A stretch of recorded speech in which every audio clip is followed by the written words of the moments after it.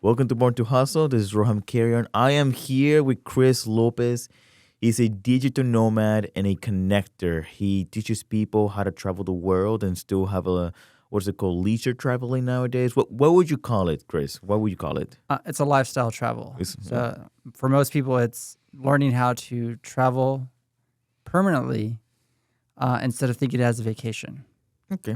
Okay. So exactly what you just said, but far more professionally. Teach people how to work and travel at the same time and not just see it as a vacation. So that's actually very fair to say. So, Cris, out of curiosity, so in this podcast, we basically talk about what ignited your hustle, what kept you in the hustle, and what would you tell yourself if you can have the opportunity to give a younger self an advice? So that being said, how long have you been doing it and what ignited that hustle? So I started about maybe 15 years ago, and I've been doing that for quite a while because everything I've done is always from a laptop. And before the concept took off, I've read a lot of books. So there was a book called, it was by A.J. Jacobs, and it was called Guinea Pig Diaries. And he had a chapter in there that said, can I outsource my entire life? And so he basically goes through, and this was way before the pandemic, way before digital nomad lifestyle kicked in. And he said, can I just outsource everything in my life? Can I outsource talking to my wife? Can I outsource taking care of my kids? Can I outsource handling my job, writing everything? And he found a company in India that's called Your Man in India. And the whole point of that company was when Indian mothers send their sons to America to study at the universities, they get worried that there's nobody there to take care of them anymore. Nobody to cook their meals, nobody to do all this stuff. And so there's this whole agency system in India that's built around their sons to handle all their lifestyle issues, their laundry, their credit cards, their setting up bank accounts and finding taxis and making sure their schedules are set. Everything is taken care of. So when he discovered this, it was like an epiphany opened up and said, wait a minute, I don't have to do anything anymore. I can just hire somebody to just take care of everything in my life. And in the book chapter, he goes through and shows like, yes, there's somebody that just talks to my wife now. And I just let them know like, hey, just let my wife know I'm doing this today. And then like, hey, my grandparents are going to come visit. I don't really want to talk to them. So can you just write them this and let them know like I'm thinking about them? Okay. Right. Yeah. So he just has somebody do it for you. Exactly. So he's just like, he's at home one night. He was just like, man, I really want a pizza. So he just messages his virtual assistant and she's like, yes, sir. It'll be there in 15 minutes. And all of a sudden it was just this realization that like we're moving into a world where everything can be done from your phone and your laptop. You don't need to go into an office anymore. You don't need to follow the 9 to 5. You don't need to worry about one paycheck when there's a whole global audience out there that can allow you to build multiple sources of income. Wow. So I can imagine the arguments between that guy's wife. It's like the wife's like, well, you tell him. It's like, can you please tell her just in the phone, just all calm and collected because he's not the one getting yelled at. I can just imagine those arguments are probably just the golden world of that man. He's just like, man, me and my wife don't even argue. So, yeah, absolutely. But what made it so more interesting was the fact that every morning the assistant would have in an Excel spreadsheet all the details of everything that's going on in his life. Mm-hmm. So he not only had a record of this stuff, but his assistant had graphs and charts and showed like, hey, this is how busy your time is going to be this week. This is where you need to be. This is what you're going to do. And then it even got to the point where when he was writing the chapter, he didn't want to finish the chapter. So he was just like, can I just give this to my assistant to finish writing the chapter? And she did. And she wrote the rest of the chapter. And he's like, we are going into a world that is way beyond what we thought. And so now that we have this pandemic that pushed everything around to where people work remotely and people now have better access to internet, there's a realization that you can create multiple companies all from a laptop and you don't need to do anything. Mm-hmm. You can just literally go to LegalWorks, LegalZoom, legal websites, and just fill out one simple form, and they will do all your corporation paperwork. They will do all your taxes, all that stuff. They'll take care of all the paperwork for you, and you just pay a fee. So then all of a sudden now you're just like, okay, well, if I can do that, what else can I do now? And you can slowly go in and say like, hey, I can hire 2 project managers and say, hey, I want to build a vertical company that does digital products, and I want to build another vertical company that handles logistical issues for small businesses. And then you hire a team just to do that, and you don't need to do anything else. Mm-hmm. That's fair. You know? Yeah, that's true. I mean, I know throughout the pandemic we have, I feel like before the pandemic it was a real practice. It's just that in the pandemic it became an actual common practice where everybody, because I'm pretty sure Zoom existed a long time ago. It did. And so did Microsoft Teams, so did Google Meets. It's just that now it just became common. That's the only difference. Right. The 9 to 5 was already breaking since what years? I don't even know the exact year when it started breaking, but then now that the pandemic happened and stuff like that, I noticed that it's becoming more common, and even through corporations. Because back then, having that 9 to 5, let's just say you do have a 9 to 5, but you're still having leisure traveling, Right. right? Yeah. Mm-hmm. Like it was not common. It really wasn't. Unless you were the owner or the company really, really, really, really, really trusted you. Right. But now it's become more common nowadays after the pandemic that they don't really have to. They know how to. They just know we figured it out. Yes. Yeah. We figured it out. So now you being a digital nomad and teaching people how to do it, you go towards more the route of entrepreneurship, correct? Which is the Right. route that you go more specifically towards. Entrepreneurship, because the idea is just like you're going to be your own boss. You're going to learn how to build out these companies. The hardest part most people deal with is operations and logistics. And that's where I come in and I sit down like, you need to learn various forms of logistics in a company. Every company is built off of systems, and the most profitable companies in the world all have very detailed systems in place. And that's where I come in and I say, look, if you're going to sell physical products through, let's say, drop shipping, and you want to run everything through a fulfillment process system, there are specific steps to take. Once you understand those specific steps, it's a repeatable business in any category. If you're doing digital products and you're doing stuff like that, it is a repeatable product system that you can build for multiple different things. So it's just about putting those systems into place. And once you're done with that, then all of a sudden it's just like, what else can I build? How else can I do this? Now then you move into the sectors of like consulting and providing services. And if you built out your own agency, how do you provide services just like that? Well, again, you just take the model, like I said, from that agency in India, and you can replicate it for all kinds of things. So you can build it out for like, dog sitting services. People who have therapy, they want therapy. That's just sort of like somebody there to talk to. They may not be licensed, but at the same time, you have people on Fiverr, you have people on Upwork who are willing to sit there and listen to somebody talk and get paid for that. So again, it's all up to what do you want to provide and how much do you want to build it out, Yeah. Yeah.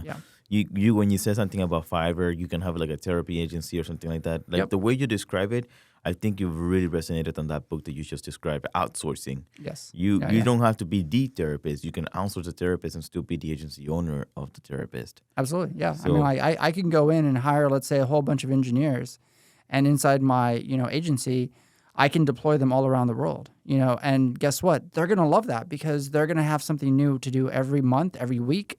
And it's just a matter of me sitting down and building out the company structure and being like, hey, there's a company over here that needs what you're doing. They're willing to do a 2-month contract. Do you want to go to Germany for 2 months? Yeah, I would say yes. Yeah. Oh, Yeah. Yeah, that's like traveling 101. Like, you're gonna take me to Germany? Yeah. Yeah. I'll go to Germany. Right. Absolutely. Yeah. Yeah. Yeah. So that's awesome. So if that's the instance, what would you say that is a key factor in order to succeed as someone that is actually trying to have leisure travel? So leisure travel is all about trying to have some type of income coming in that's recurring that pays for that. Because when you have leisure travel versus like work travel versus digital nomad lifestyle, something is paying for that. Whereas when you're a digital nomad who travels both leisurely and for work, you have multiple streams of income that pay for different parts of your life. So leisure travel, it's probably something you saved up for.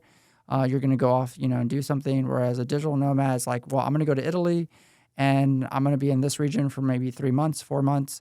I'm going to pick up some clients there, do some work, As I'm in that region, I may go out and explore further. I may go to Switzerland. I may go over to Spain for a little bit. I'll go check out some events, pick up some clients there, do some work, and then come back to Italy as sort of a home base. And again, it's all up to you how you want to run your lifestyle. Okay. So yeah, but yeah. Yeah. Okay. Awesome. Just wanted to go ahead and double check that because I know lately that word about leisure and work and life like that's been thrown around in so many definitions lately in so many different ways. Like, oh, built a real estate empire. Now you can have that opportunity. And Right. in a way, something like that does require your presence every now and then, or building an Airbnb business, Right, home sharing management business. I think it's the proper terminology, but it's the same thing. Right, absolutely. So when you do something like that, I noticed that yes, you can travel, but you have to go back to base. If you want. Yeah. Yeah, if you want. Like some people will do a variation of digital nomad lifestyle. You may have a home base. So I was talking to a mom the other day who has a family. They have kids. They have a routine. They have a house, a car, some jobs. But she wants to do this. And I said, well, you can have a variation. You say, why don't you go out for 2 weeks, go do your stuff, and then pick up clients. If you want to do speaker panels, if you want to do presentations, talks, and then come back for 3 weeks. Okay. So it changed her whole life, her whole concept of digital nomad as, oh, it's not a permanent thing. I can always come back, recharge, rest for 3 weeks, 4 weeks, however, and then go back out again. That's fair. Yeah. So now you teach me a little. So just to comprehend in one thing, and it's gonna be a little bit off topic. So what ignited your hustle was that book, or was it like multiple things that like? Because I know there's just not that one thing. There's probably multiple things that happened that basically ignited it. It was the freedom, and that's the part people are chasing in their life is the freedom to be able to be like, they when they work the 9 to 5, they're looking at the clock. How soon is it to 5? And once they get to 5, it's like, I'm free again. And now I can go do whatever I want. But then people fall into routines. People fall into I go home, either I pick up something from the store, and then I make dinner, and then I watch my TV shows, or I do this, I relax, and then it's a bedtime routine. And then all of a sudden they realize they're caught in the 9 to 5. So then all of a sudden they're just like, well, how do I get out of that? And they're always thinking about like, if I just started this, if I just did this, if only I had a little more time to do this. Everything about this world is about freedom because you can design and build whatever it is you want. There are many company structures you can build that are very simple, maybe like 2-tiered level systems, and it runs themselves. What would be an example of those type of that kind of company? So for example, you can run, let's say, yourself with one project manager, one VA, and you provide consulting services for, let's say, busy people. And so the project manager will come in and sort of like declutter their mess and say like, this is how everything runs. This is how to set everything up. And then the VA comes in and does the low minute details, organizing the calendars, making sure the emails are doing this. And then you offer the service of saying, look, we can get you a full-time VA assistant, or we can provide a monthly service. And at that point, you now have 2 options of making money. You can run as a subscription service, or you can run it as we will find you somebody to now work for your family on a full-time basis. Okay. Or a part-time, Okay, that's straight to the point, so I like it. Yeah. So And it's very simple. yeah. Oh, simple. The reality is it does take effort. Yes. But at the end of the day, compared to many other opportunities out there, it is simple. So, Yeah. okay. So if that's the case, now that we know exactly what ignited your hustle, what made, I know what kept, I'm assuming the answer will be the same thing, right? What made you kept into the hustle? Was it the freedom, or was it like something else? Well, it's the fact that I go to so many events and I go to so many things that I see so many trends of what people are doing. And the end result for everybody I talk to is just like, I want to start a company. I want to start a company. I want to start a company. And they're doing a job, or they just moved here and they want to start a company. And to me, since I've done so much of that stuff already, it's so routine. So I'm just like, so what's the problem? And to them, it's like doing calculus. It's just like, well, where do I start? How do I do this? How do I get this set up? And to me, it's just like, you start with step 1, get everything structured, put everything into place. Who do you need currently right now that you cannot do? So let's say you're just like, I want to build a software development firm that builds out software for mid to large companies. And now you sit down and you say, okay, well, what do I need to make that happen? Do I need to hire myself software developers, or can I just outsource that as needed? And it's up to them. And that's the thing that makes it harder in the beginning is how do you want to structure these things? Because it's all up to you. Okay. You know? Now, I know that some individuals, and especially the younger audience and this brand new economy and whatnot, and so on, and other thousands of excuses, Sure. in a way, or maybe they're legit reasons. We're not gonna undermine. They're always gonna sit down to the money, right? Yep. And sometimes I've noticed that some people say that you can do it with no money or little money. What would you say would take to become a digital nomad or do the practice that you're doing on a daily basis? Does it take you money? Do you outsource it? Do you start with outsourcing and there's no money, but maybe once we make the sale, now there's money, now they get paid? I mean, how do you go around it? Like, let's just say that whatever you have right now, we're just going to straight up remove it. What do you have? Like, how would you start? You gotta learn how to sell. If you don't know how to sell, nobody wants to talk to you because you have to have some reason to have a connection. And so once you learn how to sell, at that point you can sell anything. And that's why I say for a lot of people who are starting off, you need to learn how to sell what it is you're doing to make people interested in that. And so if you're just starting off, get all your social media platforms going. So you have something out there to show everybody that, hey, this is what I actually do. So it may look like I'm building a company, I'm doing this, and you put it on YouTube, you put it onto Vimeo, you put it onto like all kinds of other obscure like live streaming sites. You're going to find an audience. You're going to find something that's going to go on there. Because how many times have you seen YouTubers who are entrepreneurs and they go in and they're just like, I'm going to show you how to be a millionaire in 30 days. And there's a ton of videos out there that show you that. There are a ton of videos also that show you like, oh, this is not the way you do it because they're just trying to get views. And then you have the ones who are very, very small group of entrepreneurs who know how to do it. And then they show you in 30 days you can have $1 million in revenue, but you're going to work your butt off. And that's the point. Yeah. And if you don't know how to do that, selling is going to be majority of what you're going to be doing in the beginning. Yeah, that's true. You know, so if you're an entrepreneur, guess what? You're going to run a YouTube channel. You're going to build a store. You're going to build an audience. You're going to build a product line. And then you're going to build a newsletter. You're going to keep growing that. And then it's going to keep growing on its own. So the hardest part for a lot of people who start content creation is consistency because they get burnt out right away when it's just like 2 years in and they're like, I barely get 100 views. And all of a sudden they're just like, this isn't worth it. I've wasted my time. I'm going to go find a job. I know. And you know something? I know sometimes when they say the word easy and stuff like that, and they show you all the steps and all the things that you got to do. And I feel like it's not easy, but realistically speaking, like it is easy compared to other stuff. Like there's easier things you can do for $19 an hour, or there's easier things that you can do to get to 1 million. So that's basically what whenever they say easy, I'm like, oh, well, let's be honest here. Nothing in this world that relates to success is technically not easy, but it's technically easier compared to other challenges in the world.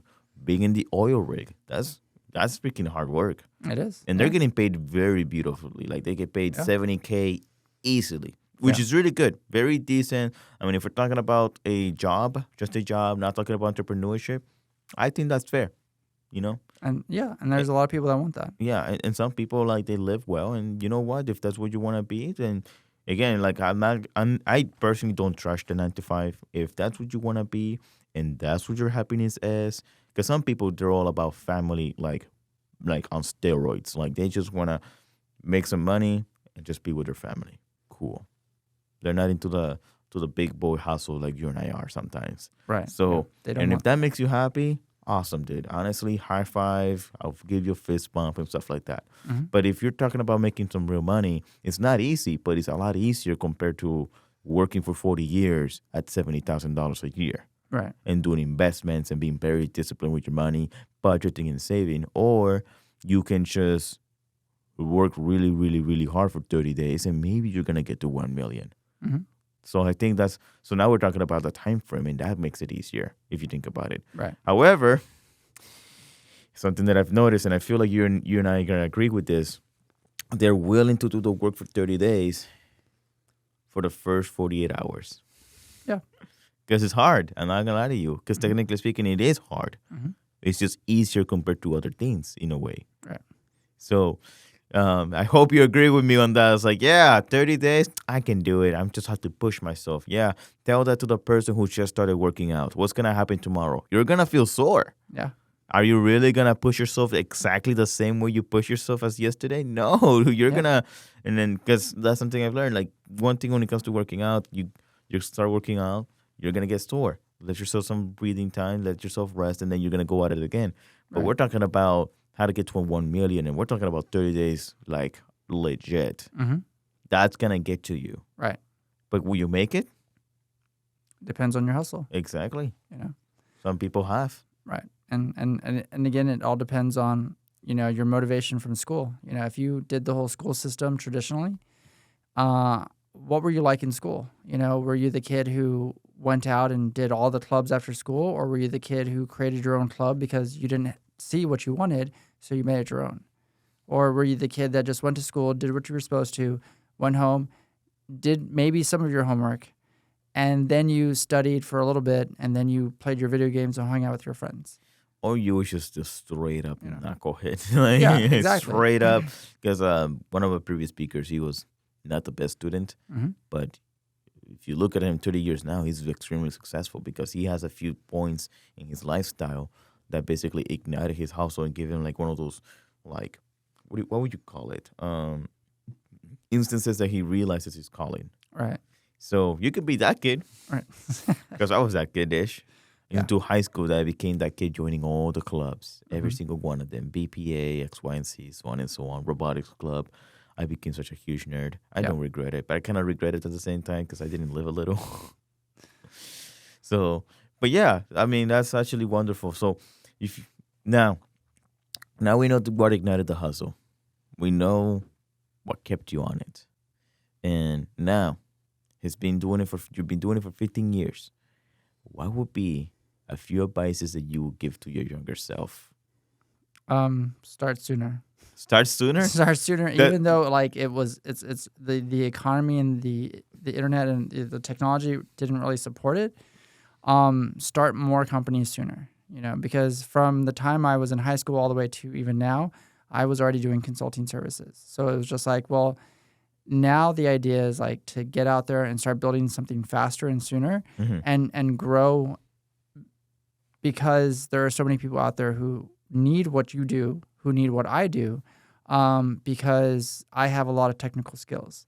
Now people ask me like, well, are you a software developer? And I say, well, I'm not, and I don't think I ever will be, because I don't have a need for that anymore, because we are now moving into the age of AI.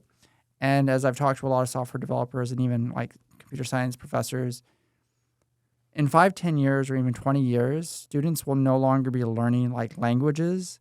They'll be learning how to work with AI programming systems. And it's sort of the situation of, well, that skill set's going to start disappearing. You're going to have boot camps that are going to slowly go away. And the question's going to turn around and say, well, do I really need to learn to code, or do I just really need to learn how to prompt engineer coding correctly? And that's the cross that's going to start happening in 5, 7 years, because you're going to have little kids who are growing up. They're all going to have access to AI. They're all going to have access to these tools. And now you're going to have the companies that are going to turn around and start pushing out apps that are just like, let's learn to code. And it's first grade and it's second grade. And all of a sudden, these kids are spitting out things that took a programmer or a team of programmers maybe months to build. Mm-hmm. And normally something that I've noticed, and I remember I read this book, and I wish I remember the author, but it was something about the exploration of the universe, and he explains how right now we're transitioning to the AI age. But learning to code, I don't know if that skill set is going to be 100 disappeared.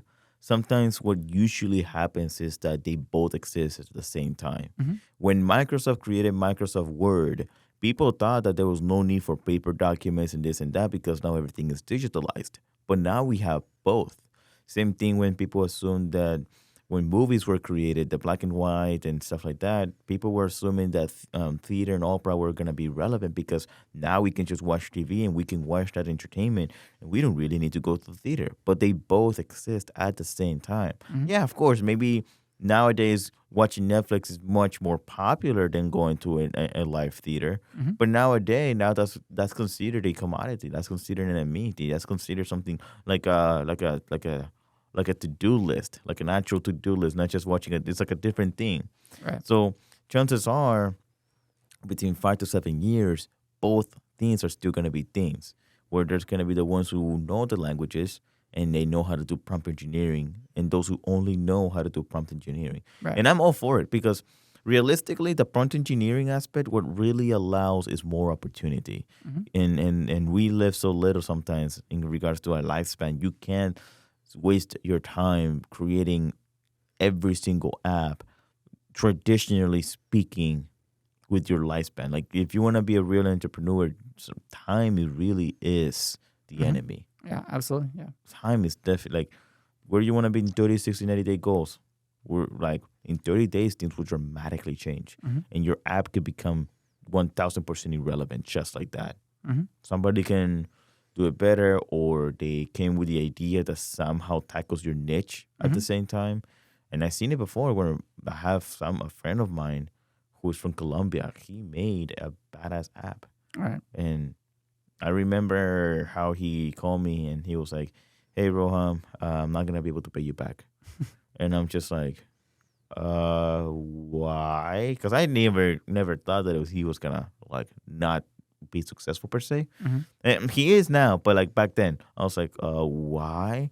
And then he told me some company moved, that he was apparently somewhere from Europe, moved to Colombia, and he basically told me that they actually have the solution already made years ago before I came up with it, and I had no idea. So he didn't even know that something in the world was already tackling his niche. Right. Yeah. And as soon as they moved in, he was irrelevant literally by next day because he used to have enterprise level customers as he was developing that software. And they just straight up just, "Hey, we actually been doing this for far longer. And guess what? I think they beat him by optimization or something like that. It's like, we are way more optimized, more device friendly, more friendly on this, more connected with X, Y, and Z and SSO, no sé qué." I don't remember all the details, but he explained to me what happened. And basically, he wouldn't be able to pay me back on the investment that I made for him. Right. And I was like, well, that's life. I mean, I don't know what else to tell you. I mean, to this day, has never paid me back, which it is what it is. I mean, that's what, that's how investment works. But like, I was just like, well, that happened. That was didn't see that coming because I thought he was a genius. Like, man, you're gonna be multimillionaire. Let's go with that. Right. And then nope, some company came in and just like that, irrelevancy. And I'm pretty sure if he has the ability of prompt engineering with artificial intelligence, he could basically either catch up or by next month or so come up with the next adventure. Right. Yeah. Because back then, that was what, 2018, 2019? Yeah, 2018 or 2019. Yeah, back then it was very conventional in regards to how to make a Unix design in the app and stuff like that. So very conventional, aka it took months. Yeah, of course. It wasn't just by next day. So I completely agree with you. Prompt engineering, you gotta learn that. Yeah, it's going to become a skill. Unfortunately, schools will not be requiring that in their curriculum. How come? Because states and politicians don't understand that, so they're just right now, like there's a lot of skills that are not taught in schools that are super important, like personal finance, delegation, leadership, operations, logistics. If you're going to be a digital nomad, an entrepreneur, and let's say you're just like, you know what, I'm going to do drop shipping at 16 so I can figure this stuff out. It's a learning curve. It's very hard. None of that's taught in school. Yet there are so many people now who do drop shipping as a skill building thing, and they become millionaires before they're out of high school. They did that because they wanted out of something that they were in, or they wanted to push themselves. So you have two different systems that are in play here, and that is the kids who have the resources to do that, which means they probably come from an affluent family, or you have the kids who don't come from an affluent family and they're very poor and they want out. So there's a YouTuber, his name is Sebastian Giori or something, and he was poor, and he came from a very poor country and got to America, and he just started watching YouTubers who were successful, and they did all this stuff. They drove nice cars, they had big houses, and he's like, how did they do that? What did they do? And so he started to find that a lot of them all started from the same area, and that was drop shipping. Mm-hmm. And that is not a skill that will ever be taught in school because it is completely irrelevant to the school structure curriculum. And yet it is such a vital part of how so many people have become millionaires in the YouTuber entrepreneurship space, and it will never be in a classroom. I mean, in a way, if you think about it, like normally schools are finding ways how to use the curriculum to give you an accredited associate's, bachelor's, and master's degree, and they don't see drop shipping as part of that because, and realistically speaking, and honestly, I'm glad it's not taught in school. I know some people be like, "What?" And I'm like, "Well, yeah," because realistically speaking, you gotta do your due diligence. You gotta do, like, if you wanna make it, you just gotta go out there and find out. You got to be present for the opportunity. You got to be looking for the opportunity. The opportunity is not just going to come to you. And realistically speaking, like even if schools are not doing it, okay, cool, whatever. Guess what? Someone is. Someone has a course. Someone has a YouTube channel. Someone wrote an article about it. Right. And guess what? It's someone did. And someone figured it out. So if someone figured it out, that means that you could have figured it out too. Right, exactly. So going back with what you just said, if somebody made a course and then they did that and they become a millionaire, it tells them that, like, why the hell should I go to business school then? If I can take this course and do this, pay this little amount of money versus paying the school a ridiculous amount of money and become a millionaire versus I'm going to get a degree that's going to do nothing for me. Yeah. And sometimes you got to ask yourself what it's realistically going to do for yourself because I'm in school right now. I'm getting my bachelor's in finance. Do I need that bachelor's? I really don't. Yeah. I really don't need it at all. But guess what? I'm doing it because I want it. Mm-hmm. That's it. I don't know if I'm ever going to have the opportunity for a doctor's degree, but that's my goal Right. in regards to my academic careers. Mm-hmm. And it's the only way. And honestly, whether I make it or not, who freaking knows? Mm-hmm. Pero I'm doing it because I want to, and it's more in the concept of investing in yourself and having a formal education, Mm-hmm. but it doesn't mean that I need it. Right. And don't get me wrong, I have learned some really good stuff. Like school is not useless 100%. Because realistically speaking, the knowledge that you learn is upon you how to apply it. Because I met several entrepreneurs who went to school, actually graduated, and because of the knowledge they have learned through school, they were able to learn the discipline. They were able to learn how to study, learn how to actually, learn to commit. I think that's the only. I think somebody taught me this not too long ago.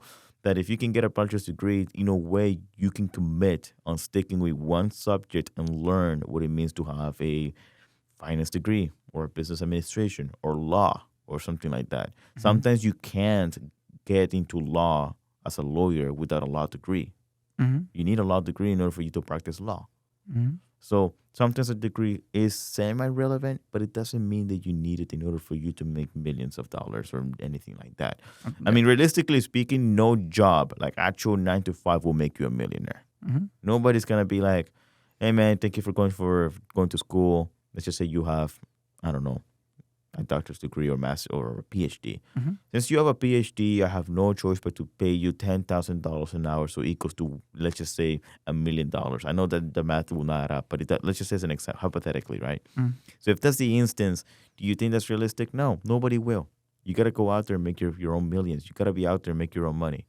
It's not about how much you get paid an hour. It's how much you're worth an hour. And you just got to be out there. Mm-hmm. I don't know if you agree or disagree, but yeah, that's the instance that I would say. Because some schools, they say they don't teach you taxes. Okay. You have any idea how many tax codes there are and how dramatically they change every now and then? Mm-hmm. Like realistically, the way you do your taxes is based upon your lifestyle. Let's be honest here. Some individuals cannot max out their 401k or their IRA accounts. They can't. They don't have enough money, or sometimes they don't do the right contributions and they don't understand how to do it. And IRA accounts do work. It's just that you got to know how. they're very beautiful when it comes to lowering your taxable income. So you have to, some people maximize, some business owners, they maximize their IRA accounts and they go for alternative investments where they can lower their taxable income. So that way, taxes can make financial sense to them. Oh, yeah, yeah. But all of that, like tax write-offs and this and that, you're going to learn based upon your lifestyle. And I feel like that would make more sense to me than going to school, learn all the tax codes that has nothing to do with what you're going to do in life, right? Nothing to do with you. It's like, hey, man, did you know that you can make this seminar and it becomes a tax write-off? It could be good knowledge to know, but let's just say you're the type of person that never did a seminar. Like, what did that mean to you? Right. Did it give you value? In a way, yeah. Did it give you more value to someone like yourself that I know you host events and seminars? So for you, that's real value. It's like, yes, Right. yes, I want to do seminars, but I also know about the tax write-offs. You know what I mean? Oh, absolutely, yeah. And I'm pretty sure that as if you've done your practice, you have learned how to do your taxes, right? Mm-hmm. Yeah, because it's based upon your lifestyle. So I agree on some individuals not going to school and how some schools are missing a couple things that will actually help you out in life. But sometimes people got to do their own diligence. You got to go out there and find out. Google it. Literally, bro, like legit. Google it. We have ChatGPT. So ChatGPT, I want to go ahead and know what it means to become a business. Like ChatGPT will literally give you a game plan, like dead ass. They will give you a game plan. Sure. Legit. Mm-hmm. I remember you told me about that article. It's like, hey, Roham, I don't think you're using ChatGPT the right way. And I'm like, what are you freaking talking about? I just said, write me an article. Okay, like, you give me these faces. And I was like, all right, bro, what's up? It's like, you are the CEO of a marketing firm and you've been doing this for 10 years. And I noticed how it dramatically changed the way the article is written. Mm-hmm. And obviously, I don't copy and paste. I just like use that as inspiration. Right. But that was some really good inspiration. I feel like he was some 10 years of experience CEO telling me, okay, you want to write a marketing article? This is what you should, like the key themes that you should talk about. And it changes the way of the writing. Right. And I was like, interesting. Awesome. I'm just going to go ahead and just like. Absolutely, yeah. Artificial intelligence 101. Right. Yeah, where's that class? So, yeah, that's exactly it. Because you can write, let's say, and there's actually studies that are done even right now as we're speaking, where people are taking like 5 different computers and they're all writing similar prompts, but they're worded differently. But the point is to produce the same outcome.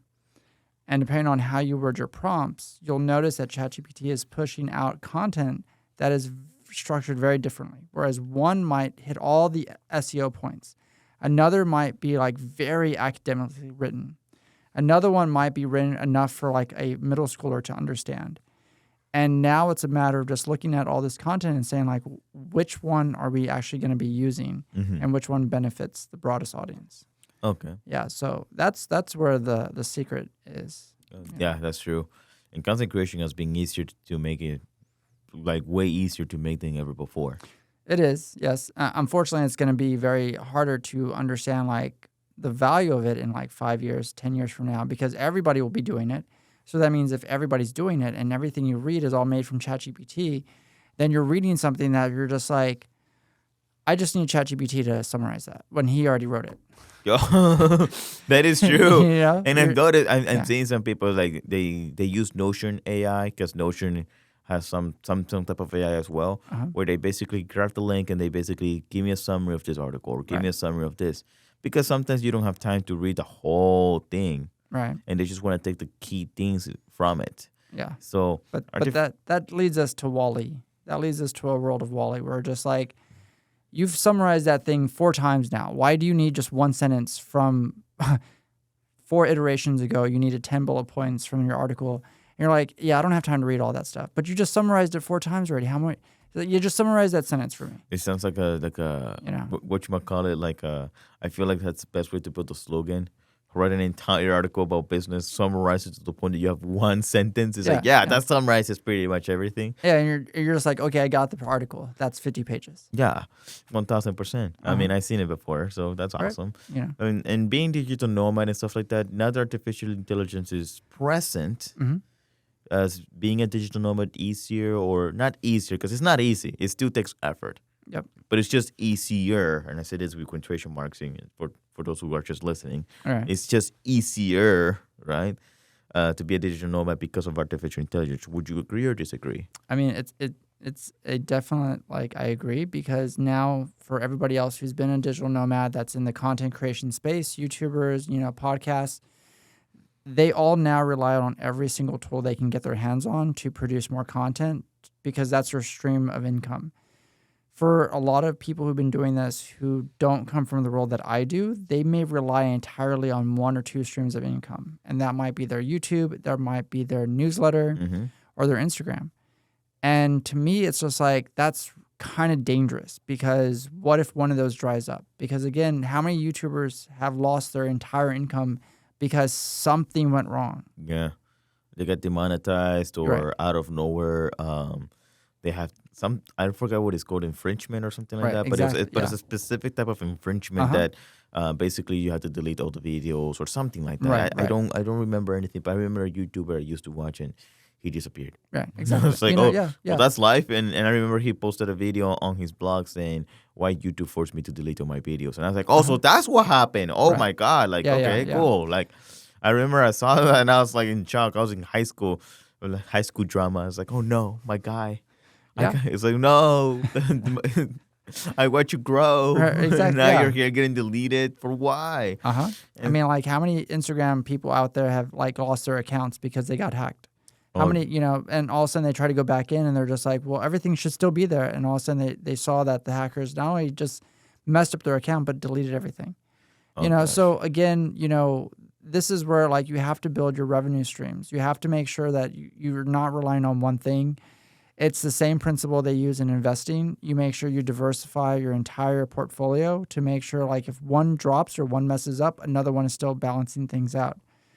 That's the hard part about digital nomad lifestyle, is just like making sure you're building out all your streams of income before you start to do it full time. Mm-hmm.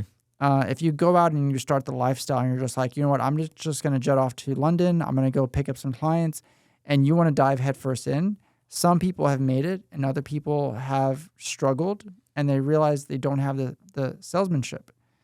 So they may be sitting there in their office all day, or they'll go to a cafe, they'll sit down, they're like, I'm going to work on my blog all day, I'm going to push out my content, do all this stuff, not realizing nobody gives a damn about that. Mm-hmm. You have to be out telling the world you're there if you've never done this before. And so I've known developers who are building amazing pieces of software, and they're just like, well, I just need to fix this one little thing. I'm like, great. Who knows this? Do you have any clients right now? Are you making any money?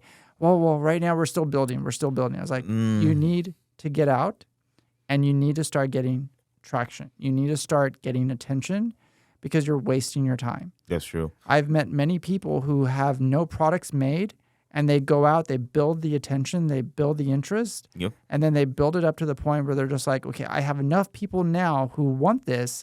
Now I'm going to go back and build it. Yes. And then to add on to that, that's actually called testing the market. Mm-hmm. You go out there and network. That's actually one of the few things why I love networking and hosting my own events, is that networking events, it gives you an idea, insight about the industry. They give you an idea about the market and find out about whether people even care what you're talking about. Mm-hmm. Like, for example, remember my sister who wants to become a barber? Yeah, people were interested. So that means that you're slowly building what we call a warm market. Warm market could be friends, family, connections that they know your name, they know who you are, and they like you. Then that's part of your warm market. And you basically said, hey, I've been wanting to do this for quite some time. What's your opinion? So you're basically you're testing the market, you're testing your warm market and building your warm market at the same time before you even initiate the production of the product, or you're in the works of starting your product. Start hyping it up. Tell them it's coming up soon. What would you guys say? Show them a little bit of the progress of the journey that you're going through to build this, whatever you're building. All right. And sometimes something that I've learned as of lately is that you might build an audience, you might build a community. Who knows how deep it's gonna go, right?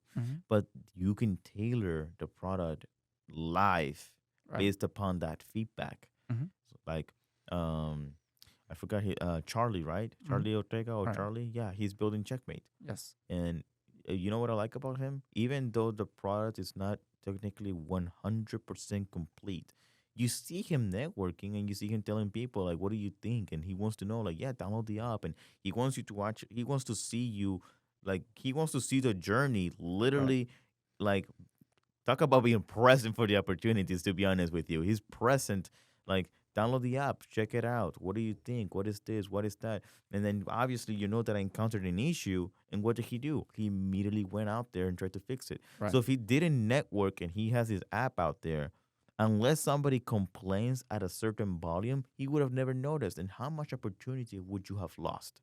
Right. Right. Like, so he fixed it. Yes. And then now you were able to use it thereafter. Mhm. I still don't know because I never came back to it. But to be honest with you, but still, I you know what? I'm curious after this recording, so Right. I'll probably check it out and see if you actually managed to fix a problem. And that sounds like a really good way to launch. Yes. People Yeah. know about it. Yeah. I know about it. If you ever told me, hey Roham, it's official, bro. It's official. Mhm. It's launched. The first thing I'm gonna do is promote him. Mhm. I have go on my social media. My guy's been working on this for quite some time, bro. I am so excited. Go check him out right away. I know he's been working hard because I saw everything. I saw the journey. I've been Right. seeing the journey. You saw the journey as well. Right. So I'm sure if you demonstrate the journey, you record the journey, you present the journey, I'm pretty sure that you're gonna have not loyalty, but there's a word for it. More likely, more just acceptable for the individual to want to go and invest in your product Right. Yeah. because he saw the journey Mhm. and he wants to support you. People want to support each other as long as they're invested the Right. right way. Mhm. They're not just going to support you just because. No, he has a story. And that's what matters. I've met people who make apps because there's a market for it, but they have no story. So for him, being at the event last night, he went out and he had a purpose, and that was to get into this event and find the people he can connect with, so that way they can partner with their apps together Mm-hmm. and do something. And so he accomplished that, and he met a lot of people. They checked out his app, they did all that stuff, and he got the contact that he was looking for. Most app people out there, or most entrepreneurs, don't go that far when it comes to building their company. They will simply be like, well, we built the app, let's just get some Google ads out there, let's run some fake Facebook ads, and let's see how well it does. Mm-hmm. That's part of the game plan, but when you're just starting off, you need in-person, like, networking. And many people discount networking tremendously. In fact, I had to listen to a guy last night talk about how networking did not help him at all. And it's probably because he didn't know how to network. Yeah. There are a lot of books on how to network a room, how to get the most out of a networking event, because most people show up, they have their business card, and they're like, well, nobody talked to me, I guess I'm not important, and then they take off, and they're like, oh, that was a terrible event. There's no freaking way somebody You know. actually did that. That is You know. not make sense whatsoever. You got to talk. Yes, you have to talk, but you also have to have a story, and you have to know how to sell when the moment is right. Because if you go in and you sell like a salesperson and you're sleazy about it, you're just like, hey, look, listen, I can save you a lot of money on car insurance. If you just talk to me, I'll get you on the phone. I can save you 15%. And it's like, wow, now we're doing the commercials in person. Wow. So- what a way to say it. Yeah. So if you are a true entrepreneur, what you're selling or what you're doing, if the story is interesting enough, it will sell itself, and you're just sharing the story with somebody to the point where that person is going to be like, I want that. I Mhm. want to be a part of that. I want to join that journey. Because of what I do is so, it's not tangible in any way. There's nothing physically to show. What I do is I present a story. It's a lifestyle. And so I say, look, if you're interested, you join the newsletter. You Mhm. join this. You join the stream, or you join this. You do this to get more involved in it. There are books you can read. There are things you can do. And all of a sudden, you start to see, like, okay, that's the way to get people's attention. If Mhm. you're coming in with a hard sell, it's like, yeah, I'm Jimmy, and I'm here to sell you some, amazing car parts and stuff like that. If you just come down to my shop, and I'll get you set up. Most people are turned off by that. Mm-hmm. That is 1,000% true. But if you come in and you're just like, hey, I run a car shop. My family's been doing it for 15 years. If you're ever looking to get something fixed, come down. We can have a chat. that's more approachable. That's 1,000% true. But I've met too many people who are just so bad at selling. They come in, the hard sell. Here's my card. Just call me whenever you want. Who are you? What do you do? Why are you? What is this? Why are you here? And yeah, I mean, some people are just bad at networking, and they realize like that was a waste of time. And imagine if you learn networking to where you walk into a room, almost everybody knows you. You pick up a couple of clients, and you do that all around the world. How much would your life change? A lot. How fast could you get to $1 million doing that? Well, that's never unknown. That's not unknown. Yeah. That's never known. But it could be really a lot faster than 10 years. There you go. That's for sure. Because it's all about your people skills and your selling. I've seen people who they can get to $1 million in 3 weeks, and they don't even have a product. I've seen people do that because it's just like they may provide a service that is just like, I will help you do this, this, and this. And somebody's willing to pay a lot of money to get them out of a bind. How many times it's like something physically happens, like my car breaks down, like I need it fixed now, and you're willing to pay whatever the car garage wants. So imagine in the world of like services, what people are willing to pay, but they're not going to pay somebody who's like trying to scam them. They're not going to do that. They're going to work with somebody who's just like relatable in their inner circle, or they work in the same tribes and stuff. It's the same reason why ultra rich people don't hang out with normal people. It's the same reason why normal people don't go to the same events that people who work 9 to 5 regular things associate with. Why? Because they're working a 9 to 5. They don't have time to go to that stuff. And there's reason why there's certain circles of life all around the world where you're just like, I didn't know that party was there. It's like, well, that's probably because it was a private event and it was only for people in this echelon of society. And you're like, well, how do I get into that room? Do you have $10 million? Do you have, it's like, dinner plates start at $500,000. Oh, well, put me down for 2. And so all of a sudden you realize like there's this different world of networking.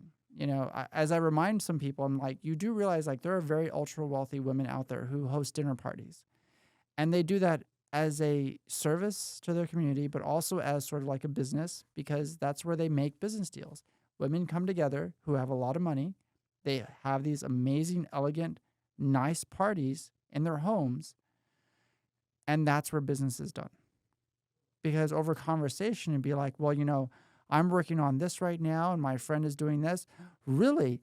Let me tell you about Jim. He would love to be a part of that. He can help you do this, this, and this. That's how those connections and those worlds work. Most people who work 9 to 5 jobs have no clue that stuff goes on. That's true. So this is why like the lifestyle of like freedom and being a digital nomad, being an entrepreneur and connector, it gets you into all kinds of worlds. And all of a sudden you open doors that are just like, how did you do that? Well, that's because I knew this person. And I knew this person when me and them used to network together from this event. And now they're here. That's how I got into that room. That's fair to say. I forgot how to describe it, but it was like, it's not the first connection that you make. It's basically the second and third degree connection that you can make along that person. It's basically, he knows this guy who knows this guy who knows this guy, basically. Right. Absolutely, and that's how networking basically works in a nutshell. Yes. Sometimes it gives you an opportunity to reach to somebody like, I may not be the one, but I know who. And that person didn't show up to the event, which is fine. But you met the person that is connected to the person. Right. And that's why some people think I'm a magician.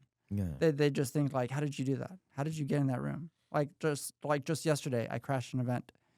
I went to some event that apparently you had to pay a lot of money to be in. And so I was there. I was just walking around, talking to some people, seeing what they do. And we all got to talking together, and they asked me what I do. And all of a sudden they're just like, can I get your LinkedIn? Can I like, what do you like? I want to know this. I want to know more about this. And when I told them the story of this cruise ship that is catered to digital nomads, where like there's a school on the cruise ship, and there's a hospital, and there's a dentist, and there's a doctor's office, and And there's everything that we do in a normal life is all on a cruise ship, and it's all for digital nomads. And there's apartments that you can, rent. And one of the guys were like, I got to look this up. Like, are you serious? And then I showed him one of the people who lives on the ship, and he saw the YouTube videos, and he was just like, that looks high class. He's like, how much does like an apartment cost there? And I'm like, it's about $35,000 a year. And he's like, that's about average. Yeah. It's like, and the cruise ship goes all around the world, and it stops off in different port cities for like 3 or 4 weeks, which means that as a digital nomad, you have time to go into the cities, you have time to travel around and pick up clients and do work and get stuff done. And then you come back on the ship and you go to another city. And to them, sitting there with their 9-to-5 job, they're just like, that is so cool. He's like, I didn't even know that existed. Yeah. That's normally the normal reaction. I didn't even know that was a thing. I had no idea. So being at that whole event that I apparently crashed, that was a lot of money, by the way. I made a lot of contacts. I got a lot of new LinkedIn connections, and they were all not from Austin. And so I was the one who, as the connector, came in and said, you need to go try this place. You need to go here before you leave. Make sure you go see this. And they're like, wow, I'm gonna go do that. And then all of a sudden I asked them where they're from. And because I knew where they're from, I said, well, have you gone and done this? Have you been here? One person just told me they just moved to Denver, Colorado. And I said, have you been to the Red Rock Amphitheater yet? And he's like, yeah, I just went over there. There was something going on. I was like, isn't it amazing? Isn't it absolutely beautiful? He's like, dude, this place is so amazing. He's like, but the problem is there's so much traffic. He's like, everybody wants to be in Denver. I was like, I know. I was like, wait until winter comes around. Wait until winter comes around. So then later on, after talking to all these people, and they were actually more interested in me than I was interested in what they were doing. I should have been charging them. I found out to get in, it was a $2,000 ticket. Oh, okay. And I crashed it for free. Yeah. Yeah, that's like a conference, like a leaders conference kind of fee. And so when I told my other friend that I was with, I said, hey, go check out this room. Guess what happened to them? He made a rookie mistake, and he asked, what is this? And he got kicked out. No. What is this? Yeah. You don't ever act like you don't belong. Exactly. Because if you say, what is this? Now they know it's like, well, yeah. If you paid, you obviously know what this is. Like, exactly. So, yes. Okay. So when you say it like that, that's 1,000% makes sense. Oh, gosh. Okay. I'm going to take that tip from you then. Mm-hmm. I'm never going to ask what is this. It's like, can I help you, sir? I'm already helped. I know where I'm at. All right. Yeah. You always act like you belong there. Yeah. And when you walk into a room, you always know what you're trying to do. Yes. I know exactly what I want to do. If you look confused and you're like trying to look like a tourist, people know you don't belong there. Yeah, and they're gonna say like, "Can I help you, sir?" Sorry, I'm just trying to debate what I'm gonna do, like who to talk to or go for the food. Mm-hmm. Gotta save yourself before they kick you out. Absolutely, yeah. You have a ticket? I don't even have a phone, bro. Whatever excuse, like no, like I don't even know, man. I know I belong here though. My uncle is here. Who's your uncle? Mm-hmm. Yeah. What's your uncle's name? So but yeah, it was a great event. It was a lot of fun. I got a lot of cool stuff. And after that I went to some more events, and then I went to a big party, and that's sort of the lifestyle right there, And some people look at it as just like, man, it sounds like a lot of fun, but networking is a skill, and it is a muscle, and I've seen people who are really bad at it and they walk away with very disappointed feeling of just like, I got nothing out of it. And other people, like, they start to realize, like, they see me there, I help connect them to stuff, and they start to get more comfortable, and they realize, like, man, there is a system to networking if you want something out of it. A lady that I just met or reconnected with a week or two ago was so happy. She texted me because she was just like, I need you to help me build my website and fix it. And then we started to talk about like what I'm doing in the week. And I said, well, I have to go to this. I have this coming up. And she's like, what are you talking about? Like, what is that? And so I took her to some events. Her whole life changed in one day. She's like, I got 30 new connections that I didn't even know existed. I found a company that's willing to help me do this, this, and this. I found another organization that if I need help, they'll fly me out to here. They'll pay for everything. They'll do this. And she's like, you literally helped change so much of what I was doing in one day. Yeah. dramatically everything Right. changes when you go out there and be present for the opportunities. Yeah. So I meet a lot of people's stories. I see what they're doing. Last night I met this girl who literally like took about a year or two off from having sold 2 companies, and she traveled all of Southeast Asia, and she said it was the best thing ever. And I said, imagine if you did that and you were running as a digital nomad 3 companies, and all of a sudden somebody liked what you were doing and offered to buy one of them. And then another guy I met was doing a whole travel through the US right now because he's taking 6 months off from work. And I said, what have you learned so far about yourself or about the trip? He's like, things move very fast and you need to have something in place. He's like, but what I'm doing, I'm never going to forget. I said, go to every city, go to a networking event, see what people are doing, make a connection. And at the end, decide if you really want to go back to working a 9 to 5 or if that's what you want to do forever. Hmm. You know, so. That's very powerful statement right there. And by the way, Chris, we're actually running almost out of time. So anything that you want to promote whatsoever for the last 30 seconds? Yeah. I mean, Anything. if you're looking to get out into the world of digital nomads, the first step I would say is go to networking events, travel within your state, and see if you can go to another city for one weekend and pick up 2 clients at an event. If you can do that, maybe this lifestyle is for you. And keep trying that every weekend and come back home and see like, hey, I think I can do this. Okay. If you can, do it. Okay. So if you can definitely do it between different cities, you can definitely do it in a different state Or other countries. or other countries. Yeah, Yeah. 1000%. Right. Okay. Awesome. Well, Chris, I appreciate so much coming over here and giving the time to give valuable insights and your knowledge and stuff like that. Honestly, we might invite you back. We're looking forward to see, just learn more about what it means to be a digital nomad and what it means to actually have that freedom. Right. So, other than that, guys, thank you very much for listening to this podcast. This is Born to Hustle, and I'll see you guys next time. Hoorah. Bye-bye. Thank you.